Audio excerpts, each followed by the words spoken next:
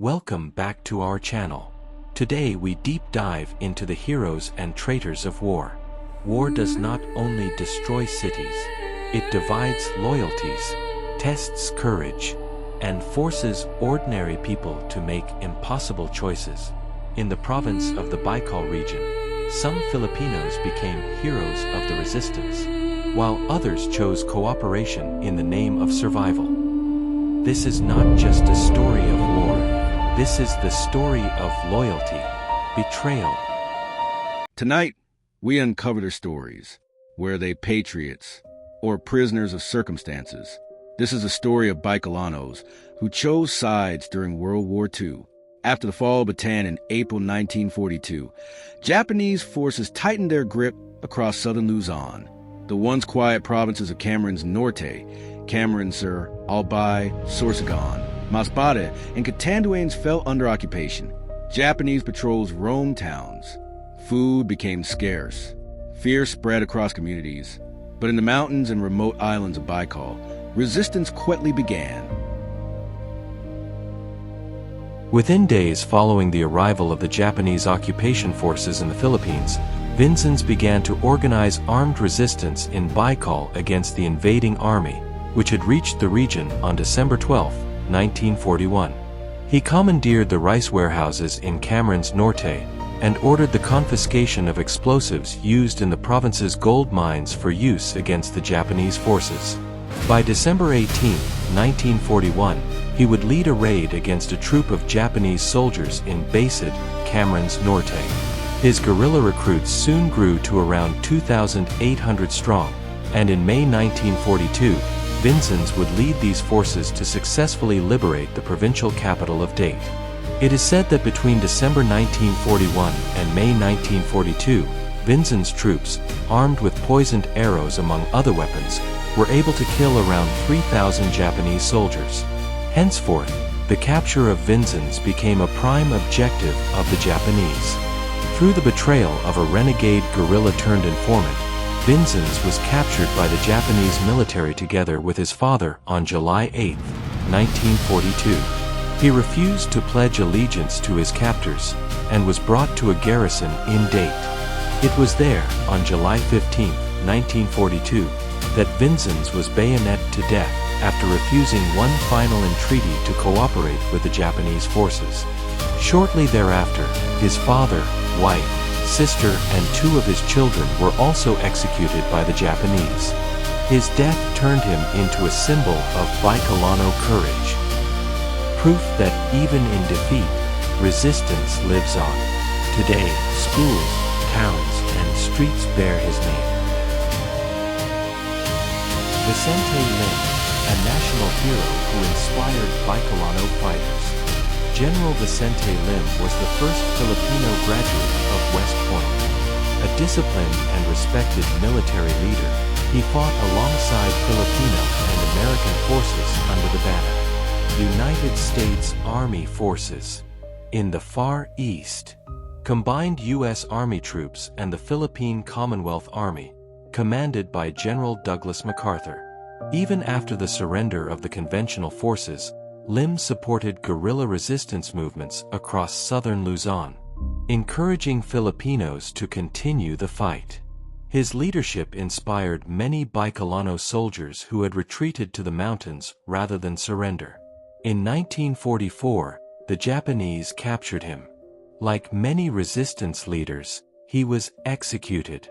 Lim became a national symbol of bravery, a reminder that true soldiers fight not just with weapons, but with honor. Major Salvador Abcid became one of the key leaders of guerrilla operations in southern Luzon, including parts of the Bicol region.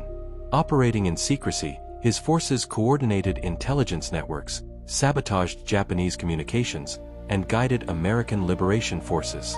His command helped unify scattered resistance groups that had formed in Bicol's mountains and coastal towns. While not always seen on the front lines, leaders like Abcid kept the resistance alive through strategy and coordination. They proved that war was fought not only with guns but with information, planning, and unity.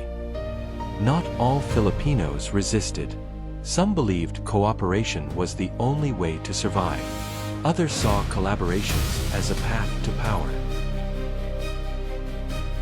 When Japan established a puppet government in 1943, Jose P. Laurel became president of the Japanese-sponsored republic. Supporters argued he cooperated to protect Filipino civilians from harsher Japanese control. Critics saw him as a collaborator who legitimized enemy rule.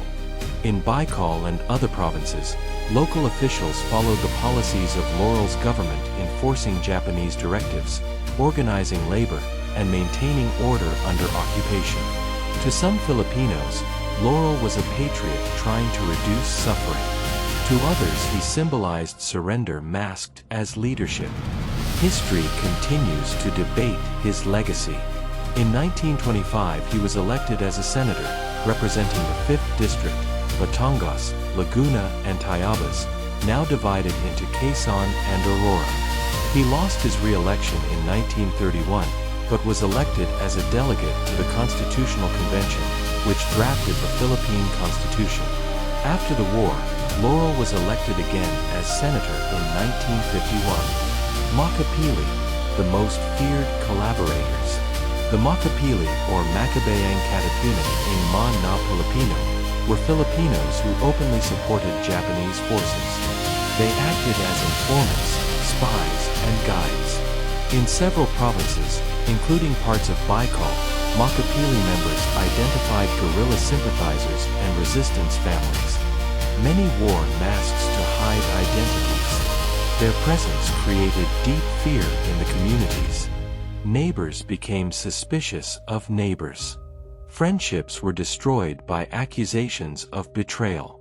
After liberations, many Makapili's members were arrested, but the scars they left on communities lasted far longer than the war. After World War II in the Philippines, 1945, members of the Makapili, a Filipino militia that collaborated with the Japanese occupation forces, faced several kinds of punishment. What happened to them depended on the individual case and the evidence against them. 1. Arrest and treason trials. Many captured Makapili members were arrested and charged with treason by the Philippine government after liberation. Courts investigated their roles in helping the Japanese identify guerrillas and civilians. Possible sentences included death penalty in severe cases involving killings or torture, life imprisonment, long prison terms. For example, one Makapili informer from Batangas was convicted of treason and sentenced to life imprisonment by a Philippine court. 2. Vigilante revenge. In the chaotic months immediately after liberation, some Makapili members were killed by guerrillas or angry civilians before they could even be tried in court. This happened because the group had helped Japanese forces identify resistance fighters and civilians who were then arrested, tortured, or executed. 3. Social stigma. Even for those not imprisoned, the word Makapili became a synonym for traitor. Former members were often ostracized or forced into hiding because of public anger. 4. Some escaped or received amnesty. Later political developments complicated things. Some collaborators avoided prosecution or were later pardoned. Political concerns after independence slowed or limited many treason trials. Captured Makapili members were usually tried for treason and could receive life imprisonment or death. But some were killed by guerrillas or civilians immediately after the war, and others eventually avoided punishment due to political amnesties or lack of evidence. In war, there are no easy choices, only consequences.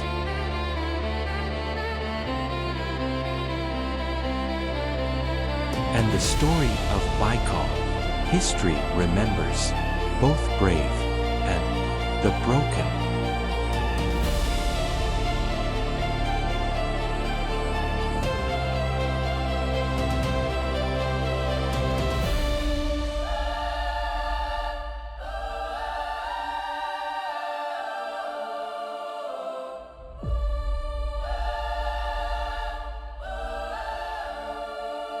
History is not only about victories and defeats. It is about the choices people make when faced with fear and uncertainty. If you were living in Bicol during the war, would you risk everything to resist? Or choose cooperation to protect your family? Tell us your thoughts in the comments.